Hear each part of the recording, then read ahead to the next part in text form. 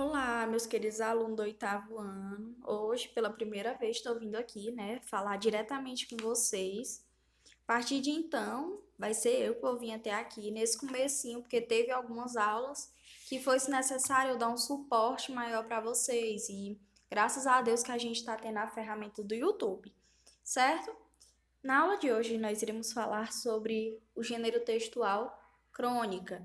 Ele até tem no livro de vocês esse gênero textual da crônica. A gente vai conseguir compreender o que é melhor esse gênero.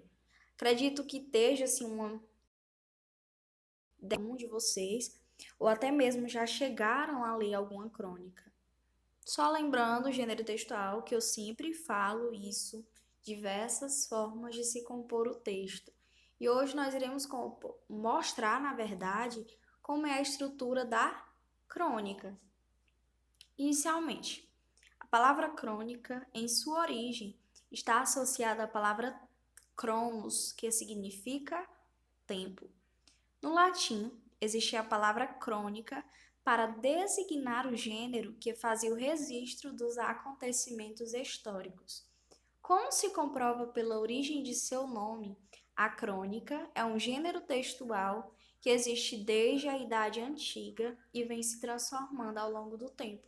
Então, como o próprio conceito fala aqui, a palavra crônica, ela deriva de uma palavrinha grega chamada cronos, que significa tempo.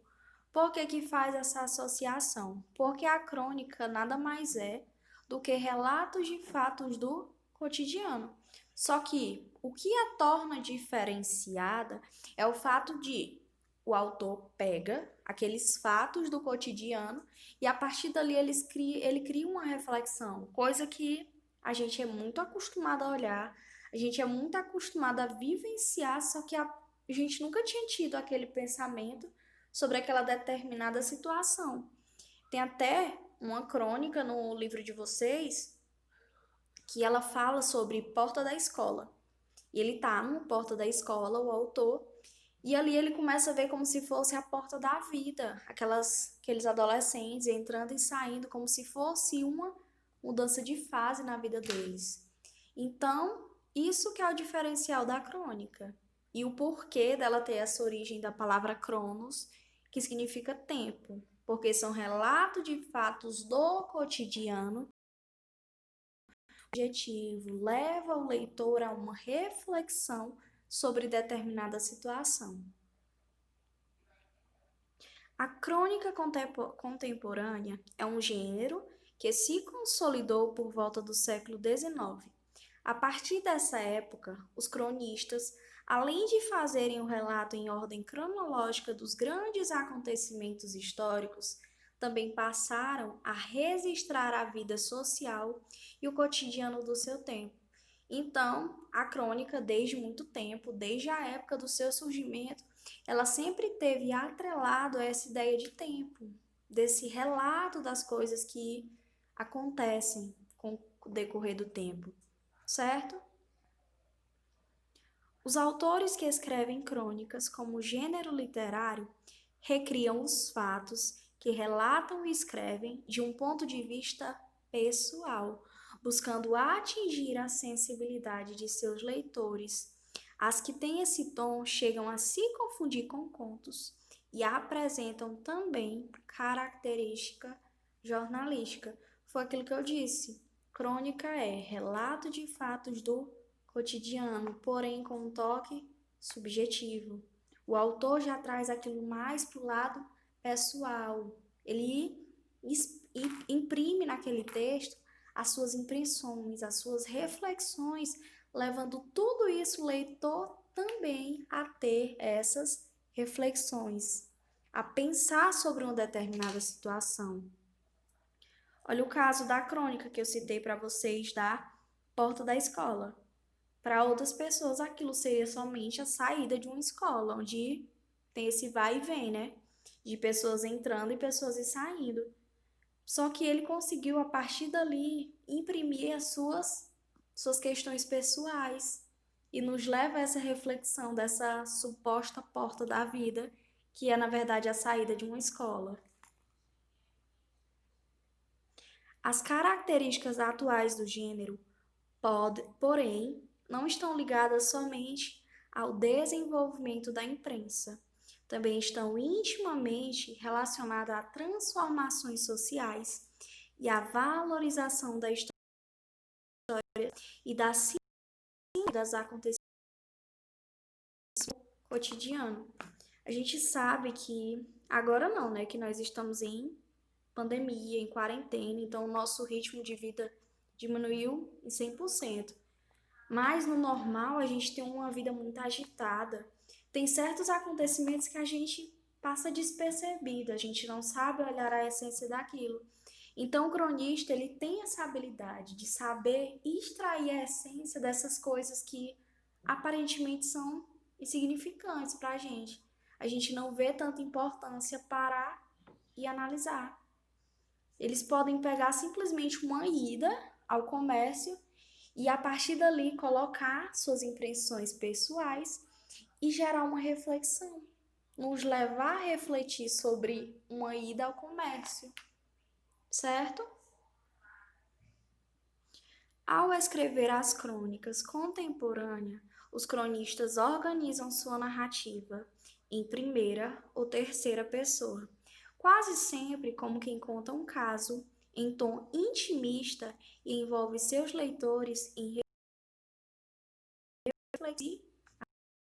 Ele nos leva a essa reflexão de fatos que aparentemente são normais, a gente vê todos os dias, mas o cronista, ele tem essa habilidade de nos levar a uma reflexão sobre algo comum, colocando sempre as suas impressões pessoais, o seu lado subjetivo. Ela pode ser narrada em primeira pessoa, quando ele se coloca como personagem da história também, e ao mesmo tempo narra, e em terceira pessoa, onde ele somente narra a história. Mas, para a gente recapitular, crônica ela está atrelada à ideia de tempo, a relatos de fatos do cotidiano, porém com impressões pessoais do autor. E essas impressões pessoais dele, que ele deposita no texto, na crônica, nos leva a uma reflexão. Assim, uma forte característica do gênero é ter uma linguagem que mescla aspectos da escrita com outros da oralidade. Vamos só ler aqui uma crônica para a gente poder finalizar a nossa aula, que é bem simples compreender o gênero crônica, relatos de fatos do cotidiano com impressões pessoais do autor. Impressões essa que nos levam a uma reflexão sobre um fato comum da nossa vida. Seleção Sem Povo. De 1958 a 1982, o Brasil teve um caso de amor com sua seleção de futebol. E ela fazia por onde? Venceu 3 Copas do Mundo, jogou partidas memoráveis do Maracanã e no Morumbi e consagrou 3 gerações de jogadores. Havia mais craques na praça do que vagas no time, e nada superava a honra de uma convocação. Fora da seleção, esses jogadores entravam em campo todos os domingos por seus clubes, nossos clubes. Podiam ser amados ou odiados no fragor doméstico, mas no que vestiam a camisa amarela cessavam o vodú. A seleção tinha até torcedores próprios, e não apenas entre os que só se ligam em futebol na Copa por um vago ardor patriótico. Mas isso acabou. A seleção é, há muito tempo, um feudo de jogadores que atuam no exterior, defendendo camisa com as quais nada temos a ver. Por vários motivos, também não a assistimos em nossos estados. Há 7 anos, por exemplo, ela não joga no Rio. E como aconteceu na última Copa, a seleção convocada na Europa não veio ao Brasil nem para pedir a benção do povo que representava. Deu no que deu. As razões são muitas, mas o fato é que a seleção se divorciou do povo. Não é mais o Brasil. Reduziu-se a uma legião estrangeira. Canta o hino antes do jogo. Ex-ídolos nacionais como Kaká, Ronaldinho Gaúcho e Robinho preferem jogar por seus milionários clubes que pela seleção. E estão certos. Só quem vai para a Europa sabe o que eles representam em paixão para os torcedores desses times.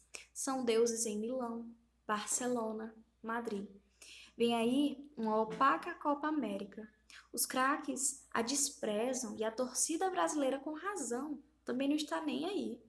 Qualquer campeonato local envolvendo o Arapiraca, o Botucatu ou Cascavel será mais emocionante.